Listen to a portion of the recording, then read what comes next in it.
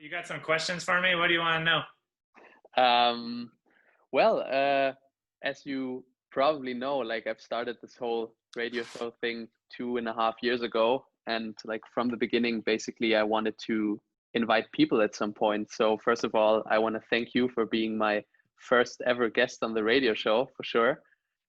And Um, breaking it in, yeah, breaking new grounds. yeah, exactly. As I just told you, like, of course, I'm a bit nervous, but I'm confident we will get through it. Well, I even like people who listen to the show won't see it, but this thing in the back is like not the usual background, but it's just like, a panel that I use for like microphone recordings in my bedroom, basically. So it kind of makes the acoustics a little better. I tested it already. So everything's perfectly set. Yeah, I want to talk to you about a bunch of stuff today, and most importantly about your brand new record called One, and it's been released nearly 2 weeks ago on your own label, Manono Records. How does it feel to have the record out, especially after all the process that went into it? Um, I mean, I've been a songwriter, a musician, releasing stuff for, I guess, I put out a cassette tape when I was like 18 or something. I think that was maybe the first thing. And then like a 7-inch afterwards, some early bands. And then, um, I don't know. I mean, it's very familiar, like now you have social media. So like I got a bunch of affirmative texts and stuff from France and other cities. It just feels comfortable. It's nice. Like, I mean, I think the hardest part was that there was really like 9 years between the last thing that I put out. So as a songwriter, it feels like maybe the last thing that came out isn't representative of who I am now. I think that's always the idea, is like you want to have something that speaks to who you are. And like I change a lot as a person, so 9 years was like a long time, or was a lot of change. So if you would have to summarize it, let's say a little bit from the moment that, let's say, you broke up with the Rapture and you started to work on all the stuff that you've been avoiding before, like your childhood traumas, your family life, being a better father and a husband, as you've said it many times before, like what would you say has changed in that perspective right now? Change since when? Since the day you decided to start working on that process more actively, like especially breaking up with the Rapture and then just going down that totally different path, basically. I mean, the Rapture broke up a few times, but once for a more short time. This one was kind of, we just needed to take a break. I think, particularly because I wanted to work on things, or I started talking about things that didn't fit in the Rapture. So, you know, I started the process of healing all of those things like a couple of years before the band took a break. And then it got to the point where I was trying to speak about those things to the other people in the band, and they weren't able to receive me as well as they probably wanted to, or didn't really have the language to understand what I was talking about. So they were a little lost, or a lot lost. Um, and so, then I just kind of went off and did my own thing for a while. It felt really stiff, and I don't know. I needed to also like learn how to produce music, or do everything myself. Like I produced the record and I did everything myself. So this was like the first time that I really tried to do that before. And that took a long time. Like that was very awkward in the beginning. Like anytime you do something for the first time, it's going to be awkward. So I think now that I've done it, and have made, more than one record and other things, like I have a project called Meditation Tunnel that I put out some things. But yeah, I mean, I don't know. I mean, it's always like a fluid thing. Like I don't usually, like, people die in stages, or they come to life in stages. So I don't think of it wasn't like just one day the Rapture broke up and then one day the Rapture got back together, or one day I started working on this, and then one day I stopped working on it. It's like I've been working on it since I was born, Of or it's course. just it's an evolution. I mean, for journalistic purposes, it's not really fun or interesting to talk about it in that way. It's more interesting to say this is the moment when that thing happens, you know. For sure, certainly, but I mean, life doesn't work like this. But in fact, one decision or maybe a few more decisions have led to you being able to work on that framework in which you can, you know, enable that whole process that has went on over the past 9 years, actually. I mean, a lot of this record was made like in the first couple of years, you know. I mean, and then I finished this record a couple of years ago. Actually, just didn't put it out. So, I mean, one of the interesting things is it feels very much like the right time to put this music out, and I think context is more important than the art, like the way that the world is now. Like art is always a reaction to space and to time. So I think the mistake a lot of people make is they're not sensitive enough to that, and they don't consider that. I mean, I think the real art is figuring out how to, like, it's not just what you say, it's when you say it and how you say it and who you say it to. I mean, you've repeated to me also, like in personal talks, that whenever I told you about I was making this or making that, you always said like focus on the context. I was always wanting to ask you what exactly you mean with the context, but I think you've put it pretty straight as you said it right now. Yeah, I mean, it's a difficult concept because most people wouldn't say that to you. Like you probably wouldn't, other people wouldn't talk to you about that so much. At least nobody has done it before since you did it. Like one thing that I was wondering about, because you also said that, I remember a conversation that we both had. It was at that pizza place after band practice at Terrace, and we somehow stumbled upon this quote by Ludwig Wittgenstein, which was something like, the limits of my language are the limits of my world, something like this. And my interpretation or my take on that was basically, okay, there are just certain things you cannot put into words, basically. So there's a space that words don't reach to. And your interpretation or what you said was that might be true, but maybe you just haven't learned the language yet in order to express what you need to or what you want to express. Would you say that you have found that language now? I mean, it's an ongoing thing, right? Like God is bigger than us. Like consciousness is wider than we'll ever reach. Like none of us ever reaches full consciousness. So, you know, and language is usually indicative of someone's consciousness. So I'm never going to have the language, you know, but at the same time, I have the perfect language. You know, it's a dance. I'm not really that worried about it. Like, I'm not worried about dying unfulfilled or fulfilling the space. Most people are like, think that they're way too important. Like, I know that I'm not important. So I think it's relaxing. Like, I don't, like, the pressure's off. Like, there isn't like this manic climb to anything.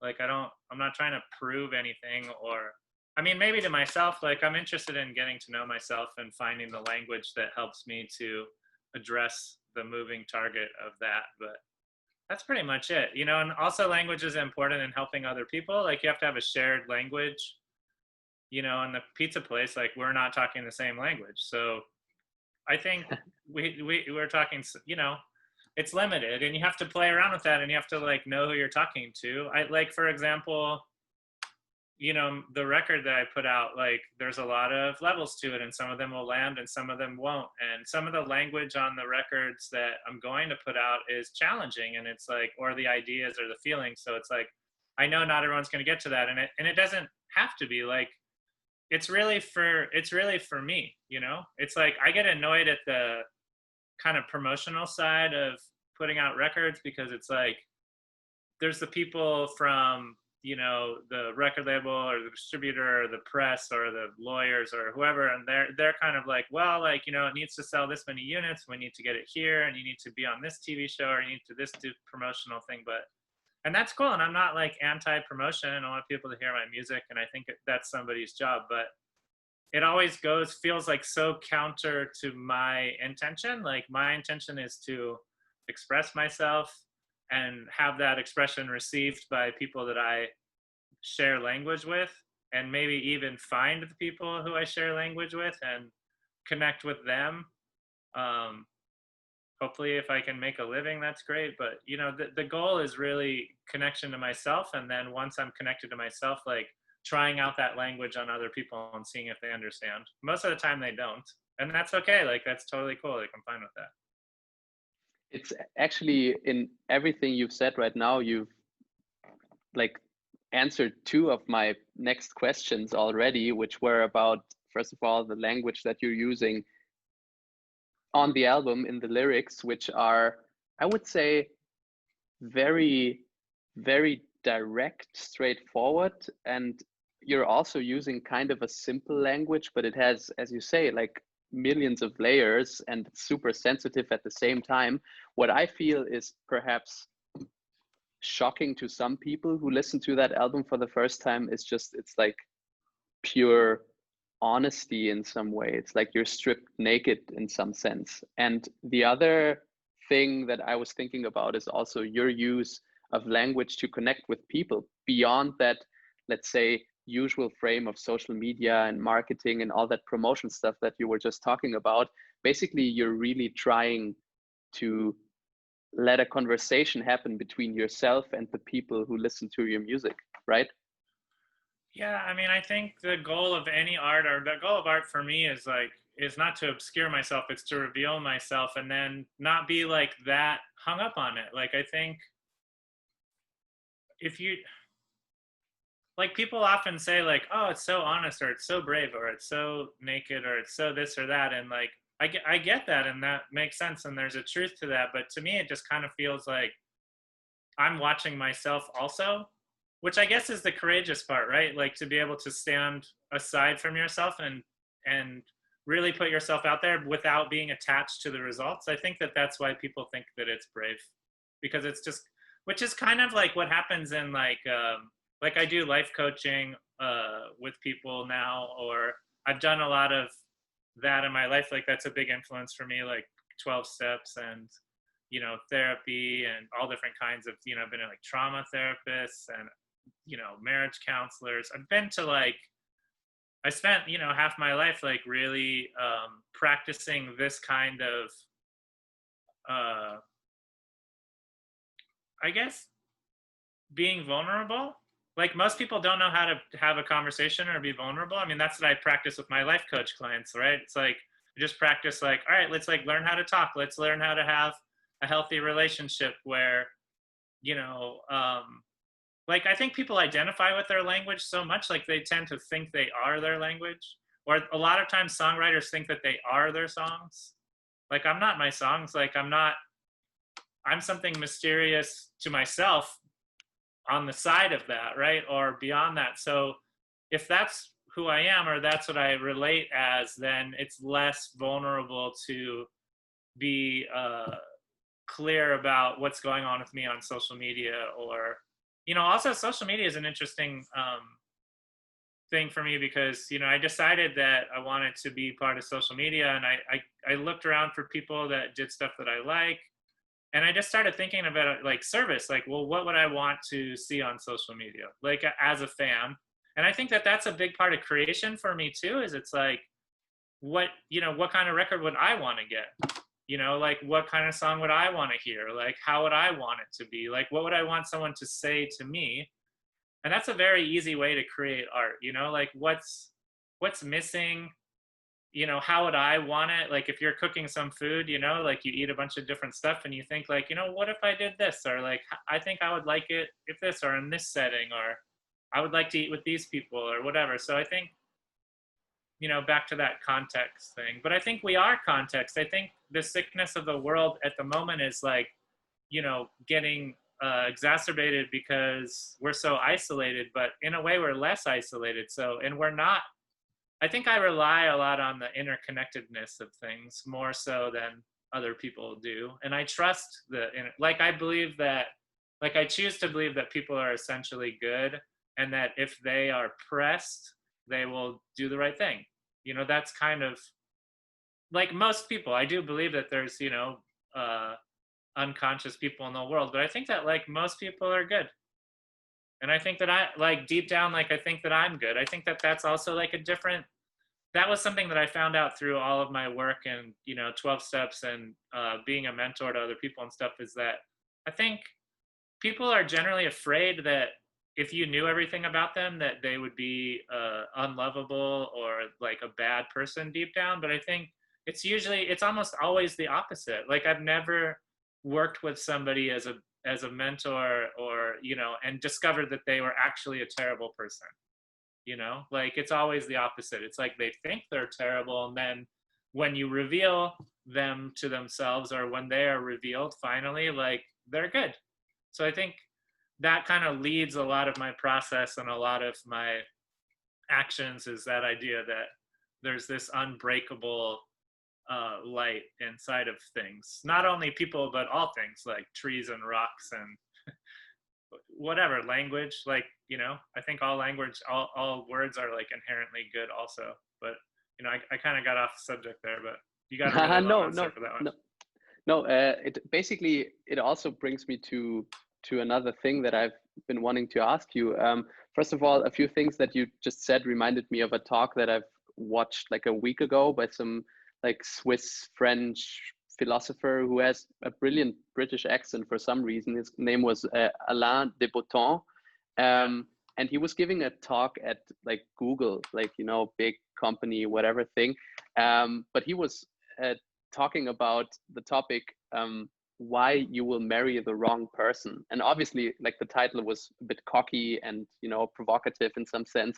But basically he said, you will marry the wrong person because we're all striving for this like neatness and being perfect and all that kind of stuff. But basically we all have, and that's what you basically said in some senses, that we all have also like these bad parts on us, or like these vulnerable parts.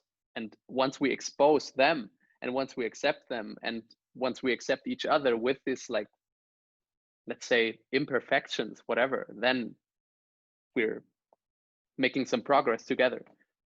Yeah, I mean, we're all imperfect, right? But that's where the beauty is. And I think like leaving some space around the imperfections and allowing them to transform, that the imperfections do want to transform into something that's balanced, and they will, if you give it enough space and love and connection. I also think that marriage, you know, is something that you commit to yourself. Like you're not committing to the other person, like you commit to taking care of yourself, like love, honor, and respect yourself. And if you do that, then your marriage will work. And it's the same in a relationship. You know, most people fail at things it's because of their own self-care. You know, they when relationships fail, it's because one of the people don't in the relationship doesn't take care of themselves well.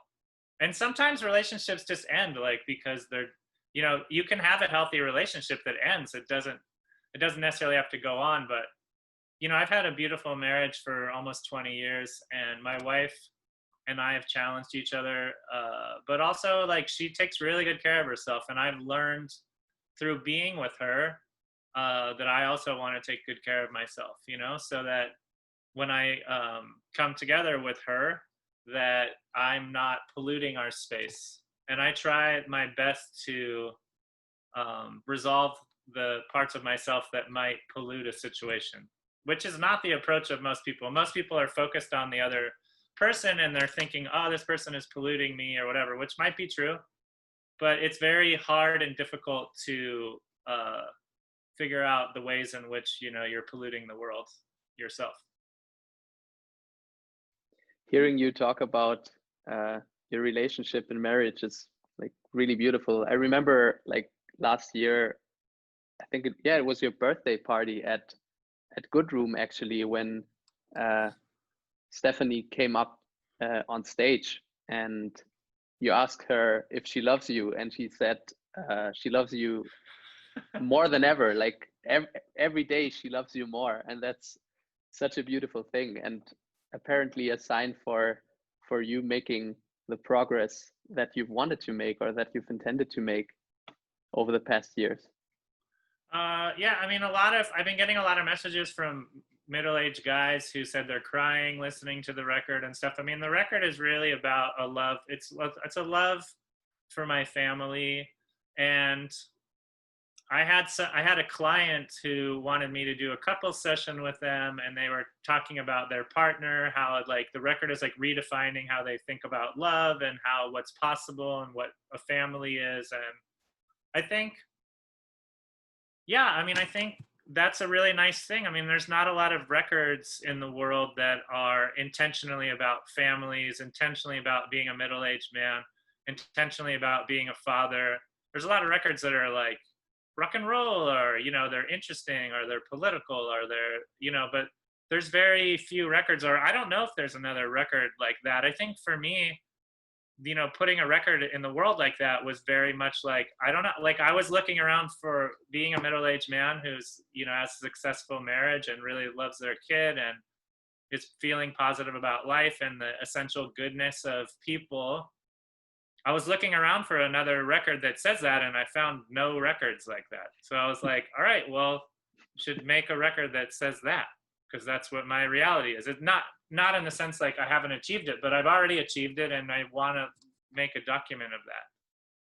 Which maybe is also related to something that you've repeated in a few interviews you already gave, that you're at a point now where you've experienced so much, like starting with the Rapture, being liked by David Bowie, touring with The Cure, Daft Punk, and all this kind of stuff, that you've achieved so much that you feel that now is the time where you can share these experiences and through that help other people with that.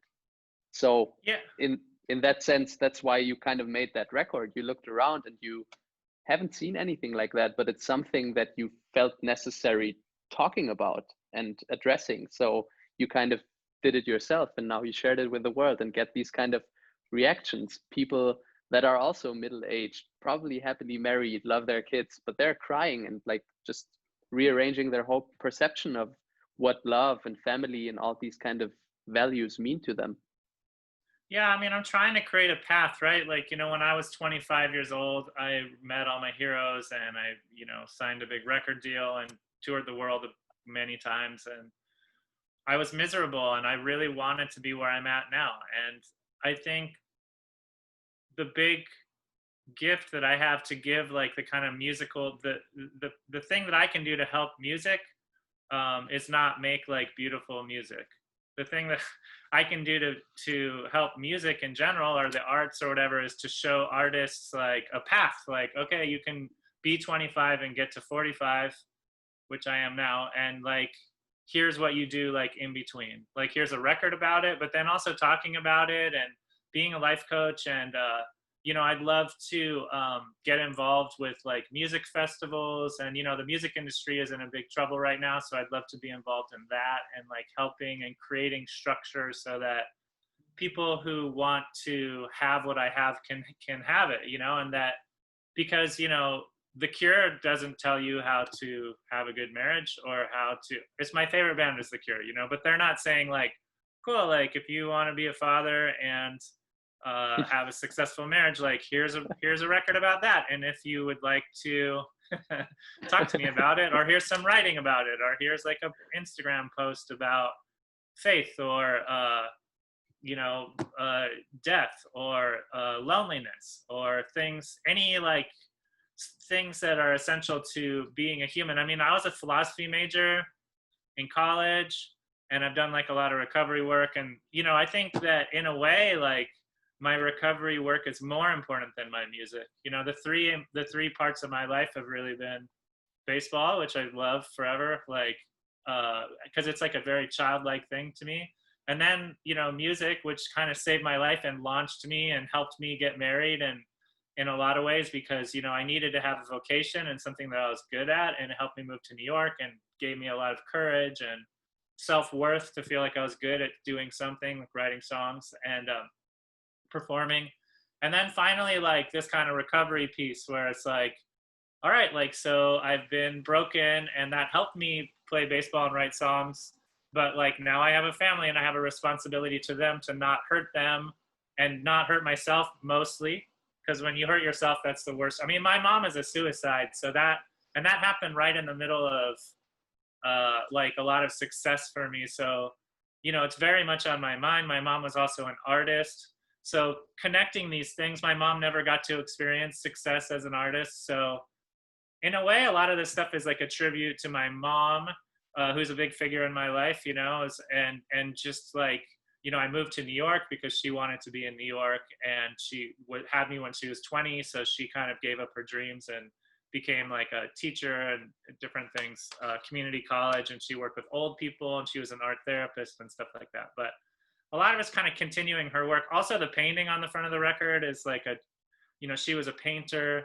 The last Rapture record is a picture of my dad surfing. So I've been getting more personal, but that's also the kind of art that I want to see. Like, I want something personal from somebody. I want to know them. There's two ways to go in art. You can either be like, put on a helmet like Daft Punk or David Bowie and be like, I'm a space alien. Or you can just be like really completely, like the best compliment I got about the record so far is that a friend of mine, she said, you know, this is exactly your life. This is like, listening to the record is like, it's exactly you, and it's everything that I know about you. So I think hopefully, and the intention behind that being so vulnerable and not being a space alien, like if someone tells you to be a space alien and you're a kid, I mean, it's helpful, it's cool, right? But it's like being a 45-year-old space alien, it's not really super productive, I guess, or I don't know. But also, like, if you have a kid, like, what do you tell them? Like, I'm a space alien? Like, I don't know. How does that work, right? So, yeah, I mean, hopefully, you know, it is a giving back. And like, being 45 and having done everything I want to do, just like getting more famous, headlining more festivals, being more historically important, you know, getting more power, being like having more agents and managers around me who don't allow me to touch anybody and protect me and protect my wealth and my image and everything, like, sounds terrifying, you know, and also very lonely. You know, I don't feel as lonely as I used to. I used to feel profoundly lonely, but I don't so much anymore.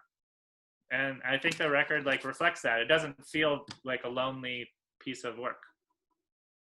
And I mean, besides you having found a better access or more balance with yourself, you've also gathered a lot of people around you and built a community over the past years that has been also an important part of that process. And that probably contributes to the fact that you don't feel that lonely anymore, because you're not only surrounded by your family and the people you love, but also a huge community that you've been working with over the past years. Yeah, I mean, the community is really protection in the sense that, and reflection. It reflects things back to you. It keeps you honest. It allows for growth. Also, like, becoming a father really changed my the way that I experience pleasure, or the way that I experience joy, or I guess it introduced the concept of joy to my life in the sense that helping somebody achieve something they don't think they could do, or being a life coach, or being, you know, being a mentor and being like, you know, why don't you start a band, or why don't you write a song, or why don't you, you know, like validating someone and helping somebody to get to know themselves is really a lot more fun than, I mean, getting to know yourself is fun, but to really finish it and to finish the journey is to be a teacher and to help other people get to the same level you're at. Like, I think a lot of celebrities or famous band people or music people, you know, they get to a certain level and they've achieved past where they thought they could go, but they forget that that's not the most fun part. That's really fun, like the ascension and going up and meeting your heroes and, you know, getting good reviews and getting your music out in the whole world and touring. That's all fun, but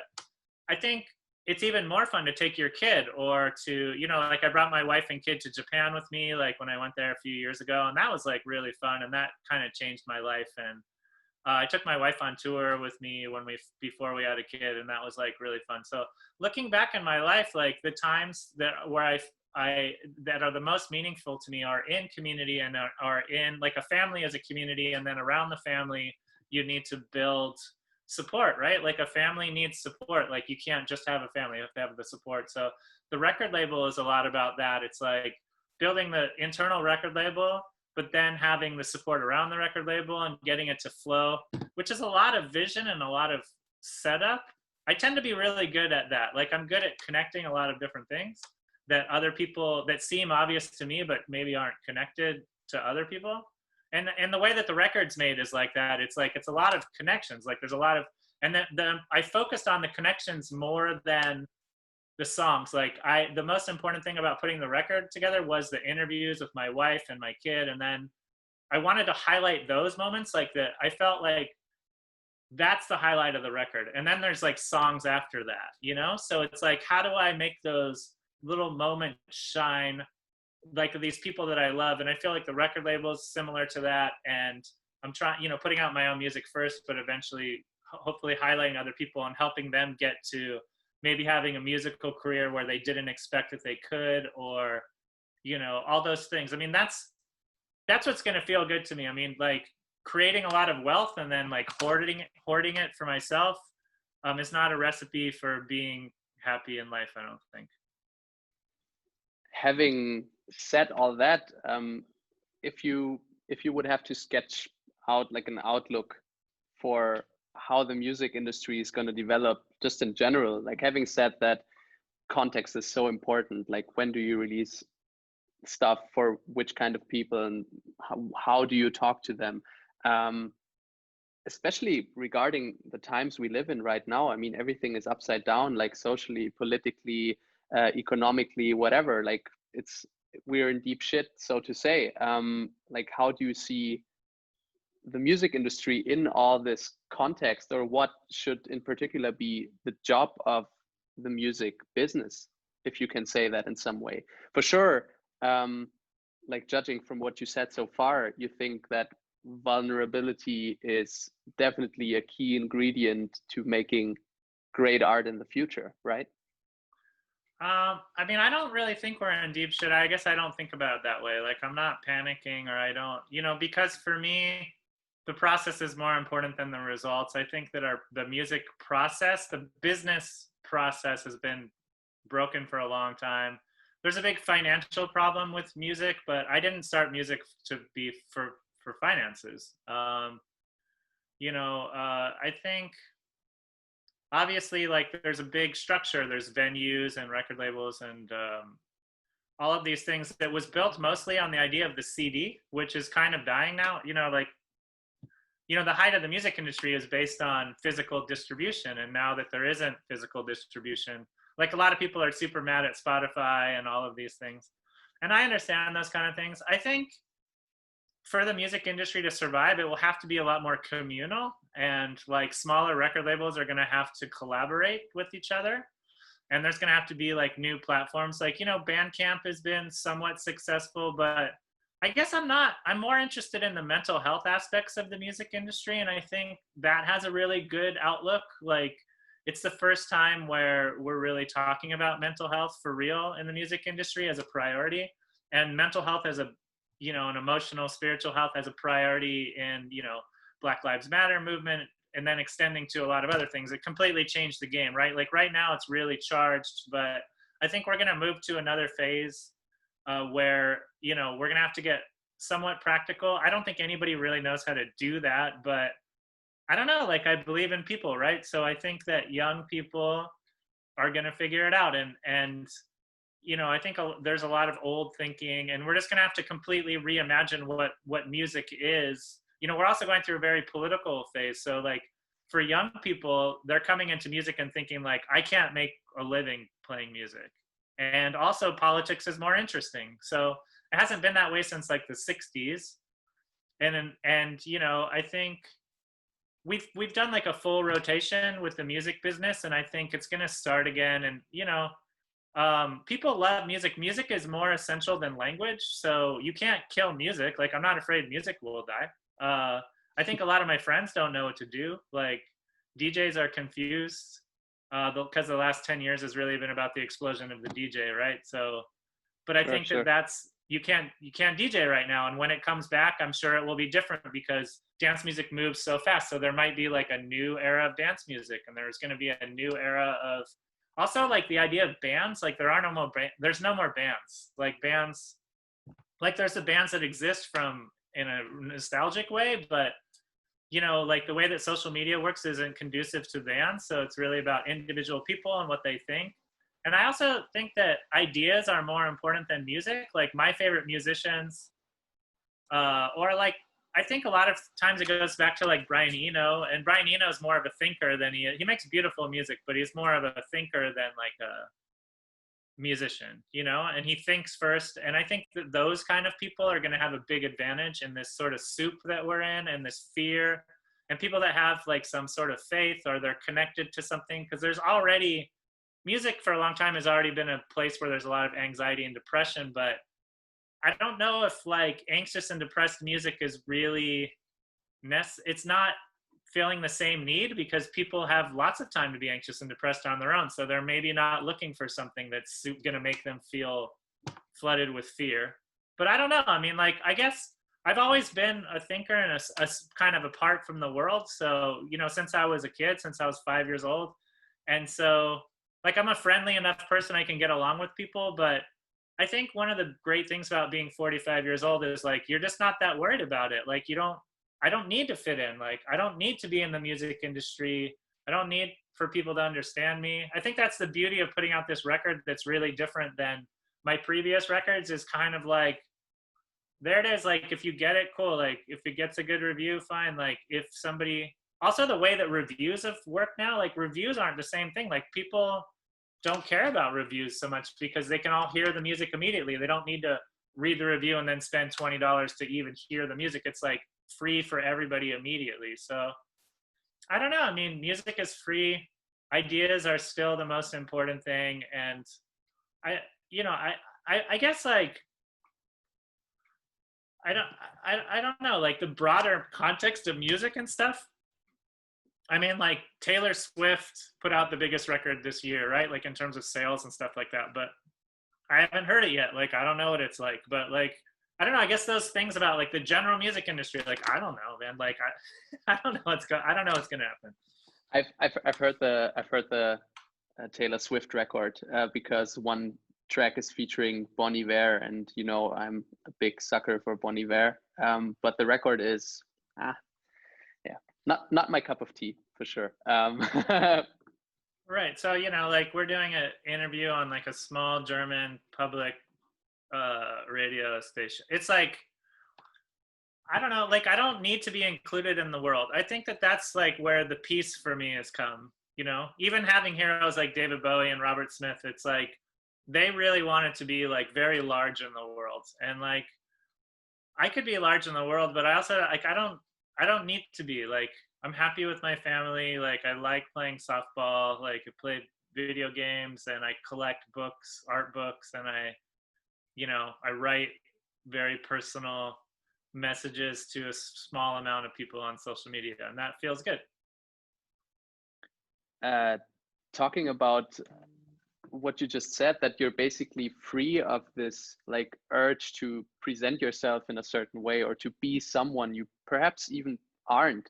Like, what is it that you would advise to, let's say, a young aspiring musician these days? I mean, obviously we're all like super exposed all the time, but we're also exposed to like a lot of information. So we're always confronted with what is this person doing, how successful is this person, etc., etc. So it can be like really terrifying for someone to even get started because you focus on the completely wrong things. Like, if you would give an advice to a young musician, like what would it be?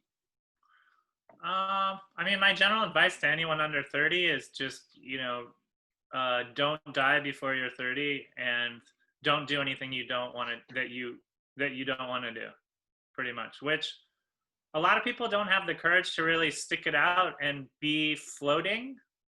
Like, they get worried about the finances, or they get worried about the perception of their parents is a big one, or they get worried about their own ineptitude, like feeling like they're not doing enough. I mean, art is a very strange path. Art is really like, you're entering into the darkness, and it's really a conversation between you and the universe at the end of the day. Like, the thing that feels the best in art is not sharing your art. The thing that feels the best in art is the moment you create something that feels good to you and you stay with it for those few hours when it's first born and it didn't exist and now it exists and you really enjoy it yourself. But you know, I think having a vocation, like I like the word vocation, and which is different than having a job. A vocation is like something that you're called to do. And you know, like I felt like I was called to be part of a music community, and I think that that's what I'm trying to recreate with Manono, the record label, and you know, early DFA was like that. I was in San Francisco. I was part of a nice collaboration. Seattle briefly for a moment, although that was a failed experiment. And then in San Diego, where I grew up, I was part of like a, you know, a music community. And, you know, the most important people in your artistic life are other artists. And that's something that I lost focus on. It's like, you know, if you want to be a professional anything, like just say a professional musician, like if you're not hanging out with professional musicians, like there's zero chance that you will be that, you know. So I think finding people who are what you want to be and then spending time with them if they allow you, and moving to a place where there's a vibrant energy in that regards. Like New York is like full of people who are either professionals or becoming professionals, and I think it's important to have both. I'm a baseball player, so I approach everything like it's baseball. It's like I'm on a team, and baseball teams have 9 players in the field, and you know, like there's different roles, and I know how to play all the different roles and how they work together, and I know how to teach those roles. So it's like I'm happiest when I don't like try to, you know, Joseph Campbell has this idea of following your bliss, and that was a big influence on me. It was just like, just figure out where you feel magical and go there. Like, you know, that's how I got married, you know, and that's how, like, when I met my wife, like, she just made me feel more safe than I have ever felt. And I felt more myself around her than I felt when I was alone. And, you know, New York was similar too. Like, as soon as I got to New York, I was just like, all right, like, this place makes me feel safe. And when the plane lands, like when I got home right before the Virus Rapture was playing in LA, and I got in the cab on the way home from the airport, and the cab driver was this like Polish lady. She was really sweet, and she was like, "Why are you coming back here? Like, this is everything's totally fucked up, and it's horrible right now. This is the last place you would want to be." And I was like, I thought about it. And I was like, no, this is exactly where I would want to be. These New Yorkers are my people. Like, I understand that there's like an outbreak problem right now, but I believe in this city. So I would say try to find a place and people that you believe in and stay with them, and like build something and be devoted and committed to that. You know, like the Rapture was started essentially around a relationship with, you know, my best friend at the time, Vito, is like the drummer, and I knew him since I was 9.